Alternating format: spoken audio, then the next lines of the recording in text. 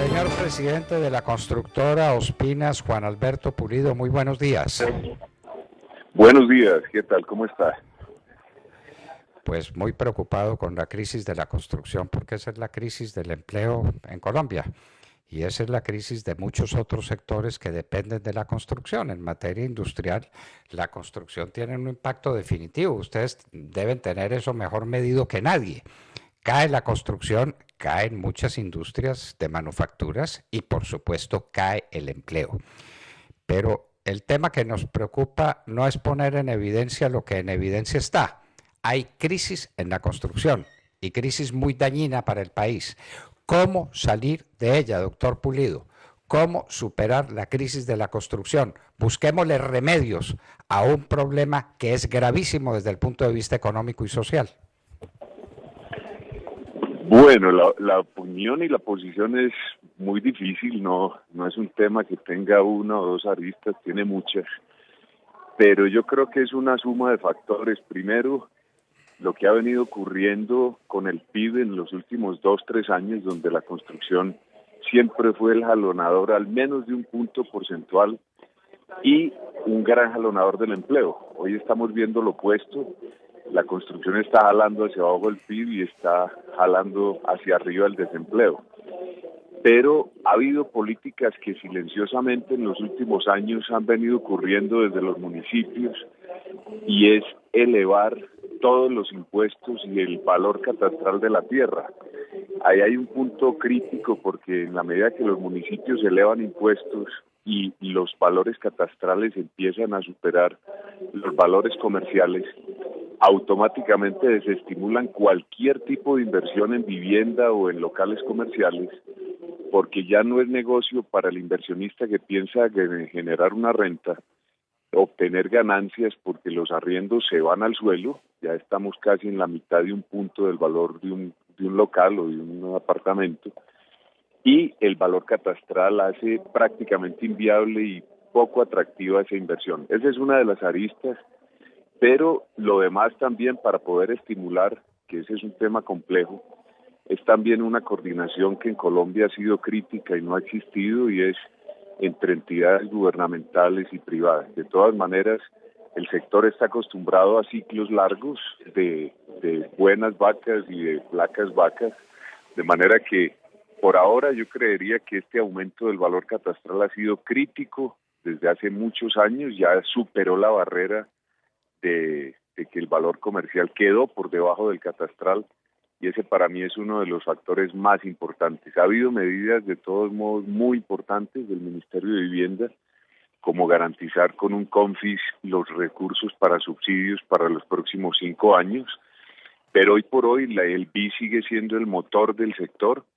Los centros comerciales, las oficinas y los demás segmentos están con éxitos muy aislados, pero sí creemos que en máximo 2 años podría darse un quiebre a este ciclo si los valores catastrales logran atajarse y los municipios entran en razón de no seguirlo subiendo.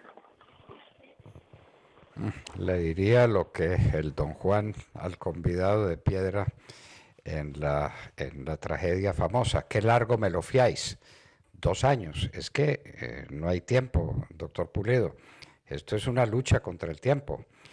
Y uno ve, por ejemplo, si recorre las calles de Bogotá, y me dicen que está pasando en varias ciudades del país, el estigma en las ventanas, se arrienda, se vende, se vende. ¿Por qué la gente está vendiendo su casa propia? ¿Por qué está buscando un arrendatario desesperadamente? Es el tema de los impuestos, todo parece indicarlo. El impuesto predial se volvió confiscatorio, y a eso se le suma algo que usted no mencionó, la famosa valorización por interés general, que es otro impuesto predial. ¿O no, doctor Pulido? ¿No lo entienden ustedes así? Sí, esa suma de impuestos y gravámenes, como le decía, pues hay una descoordinación en cada municipio que hace más compleja esa situación, eso es real, pero insisto, el tema de los ciclos para el sector, aunque es muy difícil de anticipar, tradicionalmente ha sido así, de esta manera, solo que desde nuestro punto de vista este factor de gravámenes, impuestos, valorización, catastro, sí ha sido últimamente un silencioso factor que ha venido en aumento y que realmente ha postrado al sector. De todas maneras, insisto, yo creo que el ciclo debería darse este quiebre en este mediano plazo, pero por el momento creemos que el gobierno ha hecho lo posible con el tema de garantizar los subsidios, el tema de aumentar hasta el 90% la capacidad de los bancos de financiar la deuda, pero al final el individuo, la persona que es la que mueve la economía, mira si su dinero va a ser rentable, y la rentabilidad cuando se compara con estos gravámenes pues realmente la ha desestimulado bastante. ¿Tienen ustedes cifras, las han buscado, han hecho estudios sobre lo que significa la crisis de la construcción en la crisis manufacturera del país, de la producción industrial? Porque pues un gran jalonador de la industria es la construcción, por mil razones que saltan a la vista. Ese estudio existe, Camacol lo tiene, alguien lo tiene para decirle al país, mire, es que la industria de la construcción y la industria manufacturera vienen de la mano y la caída de la una es la caída de las demás, o ese estudio no existe, doctor Pulido.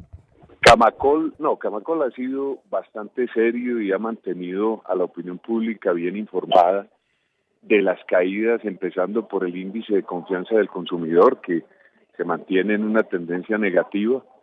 Ha informado también y ha sido juicioso en tener al tanto el tema del desempleo y la caída de la construcción como uno de los sectores de la economía. Yo por ahí precisamente empezaba porque usted recordará que siempre fue la construcción un gran jalonador del PIB, el Producto Interno Bruto de Colombia dependió por mucho tiempo de la generación que movía la construcción y los efectos en extremo son esos. Hemos tenido un aumento del desempleo al tener un sector contraído y un decrecimiento del PIB porque no está aportando el sector, sino que está jalonándolo hacia la baja. De modo que ese es el síntoma final de cómo la construcción realmente tiene tanta importancia para el país y necesitamos urgentemente lograr desde el gremio, desde Camacol, que lo ha hecho yo diría juiciosamente, en la buena voluntad del ministro de Vivienda, pero la desarticulación con el tema municipal sí es un desafío político enorme que le cabe, por supuesto, al gobierno. El sector ha hecho lo posible en ayudar, participar de los planes de ordenamiento territorial, pero todos sabemos la cantidad de influencias políticas que hay en la estructuración de un POD en cada municipio, y eso se me antoja a mí es lo más difícil a corto plazo. De todas maneras, el gremio ha sido juicioso, el ministerio creemos también, y hay que esperar que la confianza de este inversionista individual y de los grandes fondos que están comprando de activos para renta, pues vuelva pronto al menos a detener la caída y a volver a estimular el sector.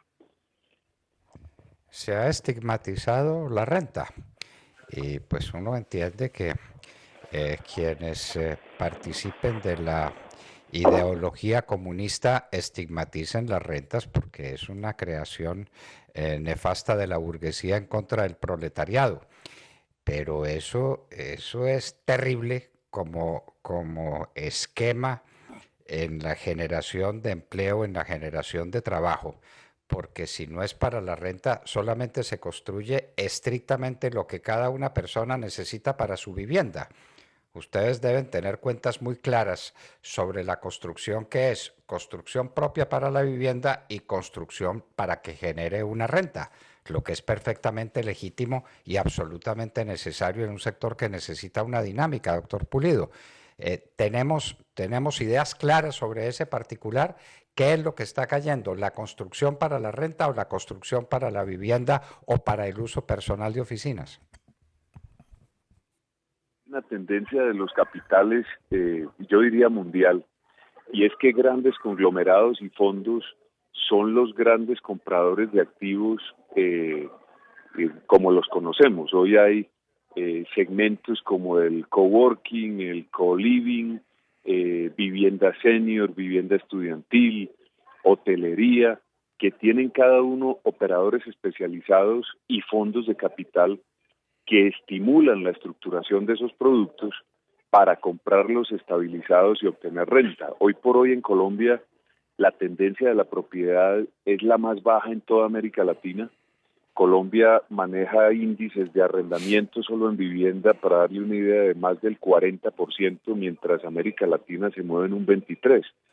O sea que aunque la aspiración legítima de tener vivienda propia es, yo diría, inherente a cada persona, tendencia de poca propiedad y mucho uso intensivo de renta, tanto compañías para arrendar oficinas como individuos para vivienda.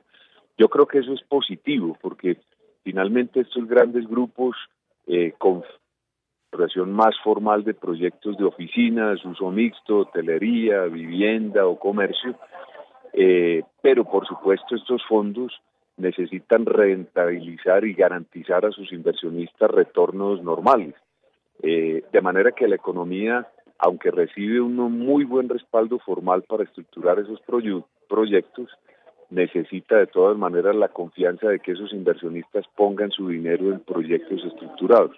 Colombia yo creo que tiene una buena tendencia.